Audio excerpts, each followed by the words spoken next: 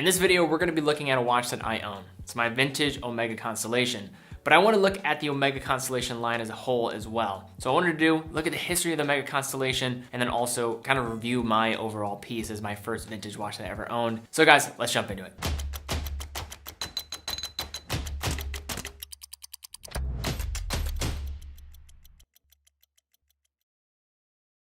So before we jump into the review of my particular model, I want to look at the history of the Omega Constellation line, as it is very rich. Back in 1948, Omega was celebrating 100 years of business, and during this time, they marked the occasion with a great advancement, with their centenary chronometer, the company's first automatic chronometer grade watch. There were only around 8,000 created, and was not really intended for serious mass production, but given the reception and demand of these watches, Omega decided to create a new line of automatic watches in the coming years. Fast forward to 1952, and we are greeted with the Omega Constellation line. The Constellation is a watch that stems from Omega's chronometer observatory testing. This observatory testing is where the name and many aspects of the watch draw inspiration. For those not familiar, observatory testing typically lasted for 1 to 2 months and contained accuracy tests that really were more taxing than modern standards such as those set by COSC. When a movement passed the observatory, it became certified as an observatory chronometer. Throughout the 50s and 60s, the Constellations were one of Omega's best-selling watches and kept very similar form until 1964, when the C-case design was first introduced. A design that, as we entered the late 60s and early 70s, was rather ubiquitous. Also during this time, famous watch designer Gerald Genta went to the drawing board and developed several Constellation designs, including reference 168009 with that C-case design, and more traditional case designs with the 14900 and the 167005, and then finally the 168005.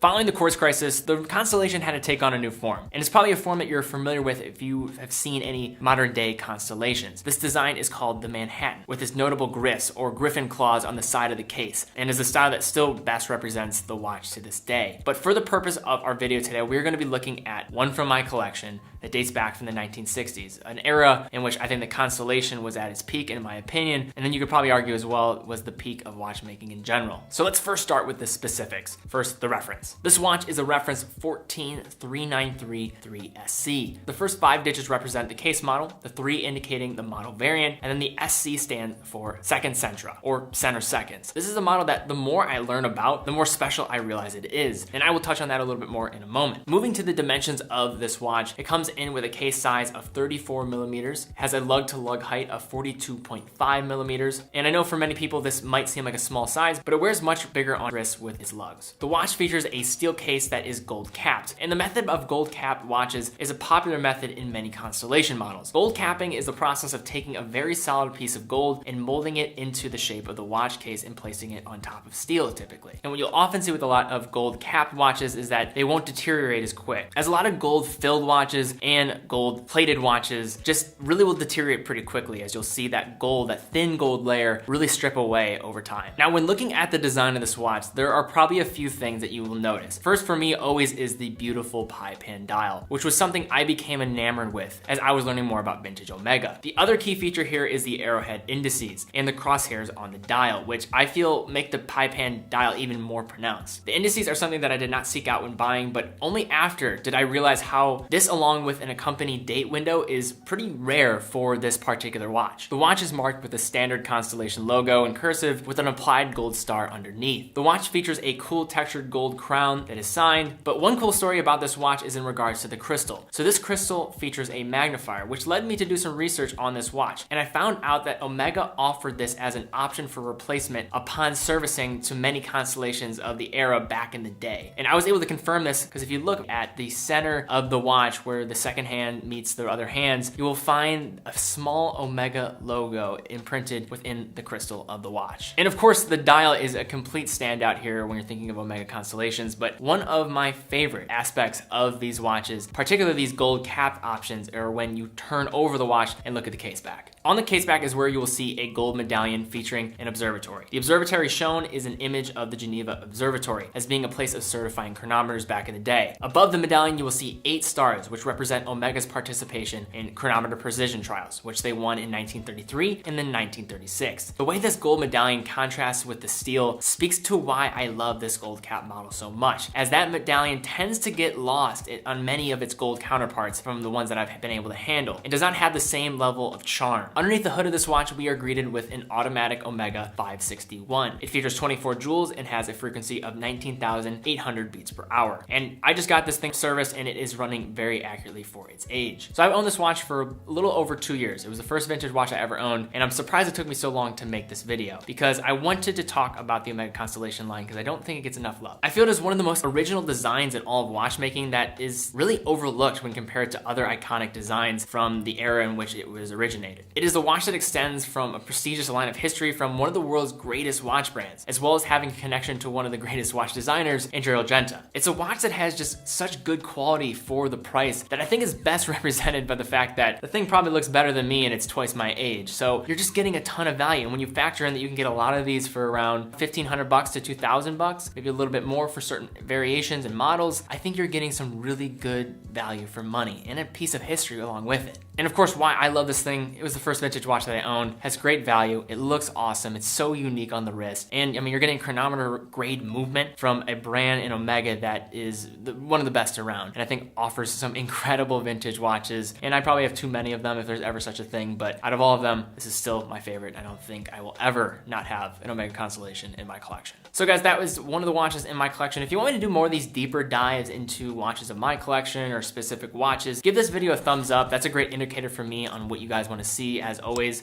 subscribe, hit that bell icon if you're new here. If you want to enter our watch giveaways, fill out the watch giveaway form, and then also be following me on Instagram. Those are the only 2 pieces of criteria you need to be entered to win. We give away one every single month. And finally, guys, don't be a watch enthusiast that does not consider watch straps. I think it's one of the most overlooked things, and really allowing your watch to go the extra mile and get that new watch feel without having to pay the price for it. On my website, I have some of the best watch straps you can find for the money in the entire industry. I'm really proud of what we were able to get there. So go over there. Any purchase also supports the channel. So guys, thank you so much for watching. Be well, and I will see you all very soon.